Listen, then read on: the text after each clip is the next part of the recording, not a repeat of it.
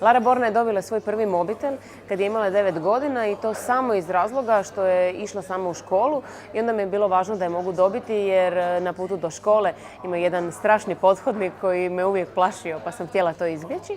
Ali već godinu kasnije, dakle s 10 godina dobila je pametni telefon i naravno da je iskorištavala sve njegove prednosti, odnosno htjela se upoznati s društvenim mrežama. Bila sam svjesna svih onih rizika, mogućeg cyberbullinga, svega onog lošeg što se na društvenim mrežama događa, ali tu je više razumijevanje za nju imao njezin tata koji joj je dopustio da ona krene u YouTube svijet. Ja sam onako bila oprezna i sa strane sve to skupa malo nevoljko gledala.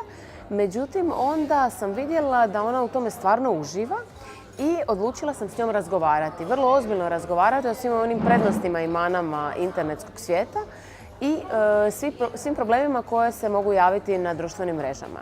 Lara Borna je na početku tog svog youtuberskog staža počela raditi neke male videe koje je proizvodila sa svojom prijateljicom. Meni je to bilo jako zanimljivo zato što dolazim iz televizijskog svijeta i onda znam koliko je potrebno znanja da bi se nešto lijepo napravilo, smontiralo nekakav videoklip. Bila sam vrlo ponosna na nju jer je ona to sve uspijevala sa svojom opremom koja tada nije bila nešto posebno sofisticirana i pitala sam se kako uspijeva. Onda sam shvatila da klinci jednostavno znaju neke stvari koje mi ne znamo. Kada sam vidjela te videe, toliko su mi se svidjeli da sam onda rekla ok, vidim da to radiš lijepo, možeš to raditi, ali ajmo skupa proći sve ono što se događa. Čitali smo komentare, vidjeli smo što ljudi pišu i skupa smo prolazili jedan po jedan komentar.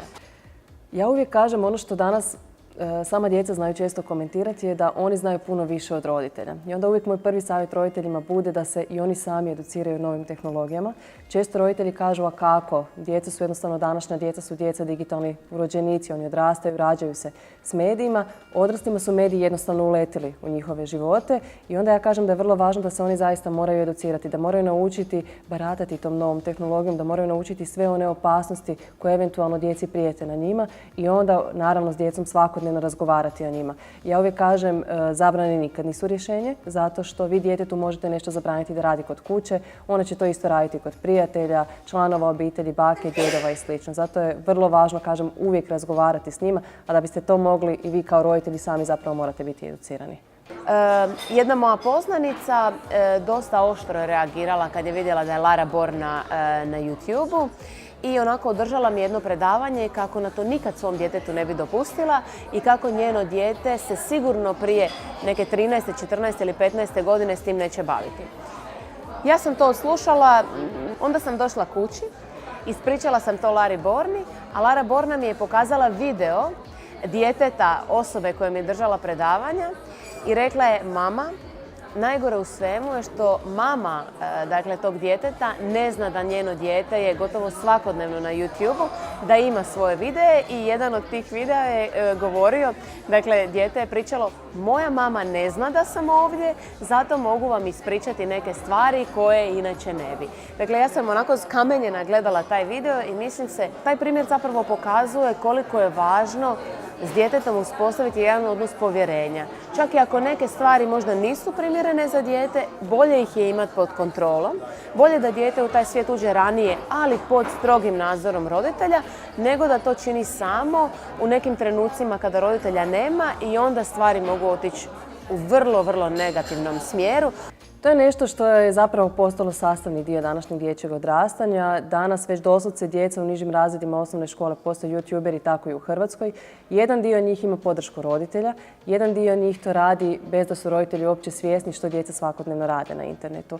Ja neću to kritizirati zato što smatram da je to nešto što je danas postalo na neki način normalno i uobičajeno. Međutim, ono što svakako treba upozoriti da ipak djeca do neke određene dobi ne bi trebala imati svoje vlastite kanale, zato što ono što smo mogli vidjeti na nekim konkretnim primjerima u Hrvatskoj, da vrlo često upravo tako djeca postanu žrtve elektroničkog nasilja gdje ih drugi vrijeđaju, šalju zaista neumjesne komentare, čak i prijetnje. A djeca te dobi, osobito ako govorimo o nižim razredima osnovne škole, se s tim jednostavno ne mogu nositi. Tako da ja shvaćam i onaj ponos roditelja koji zaista cijene i vole što im djeca snimaju možda i filmići i objavljuju ih na YouTube-u. Međutim, ono što oni uvijek moraju biti svjesni da takvoj djeci zaista treba velika podrška, trebaju svakodnevno razgovarati s njima i moraju biti svjesni da će im ponekad vrlo vjerojatno zatrebati pomoć kako se nositi sa svime onime što će ih potencijalno dočekati upravo zbog izloženosti tom velikom broju pratitelja koji imaju od 100.000 pa do recimo 500.000 ljudi. Čini mi se da svi mi roditelji pogriješimo onda kada neke stvari ignoriramo. Ako ignoriramo cyber svijet, ako ignoriramo društvene mreže, ignoriramo jedan veliki dio života naše djece. Prema tome, prije zabrana, nekad mi se čini da je puno važnije posvetiti se svojoj djeci u potpunosti. Dakle, i u ovom realnom svijetu, ali i u cyber svijetu. To nam oduzima jako puno vremena, kojeg često zbog posla i drugih obaveza nemamo, ali mislim da je to jedino rješenje. Biti s njima i ovdje i tamo.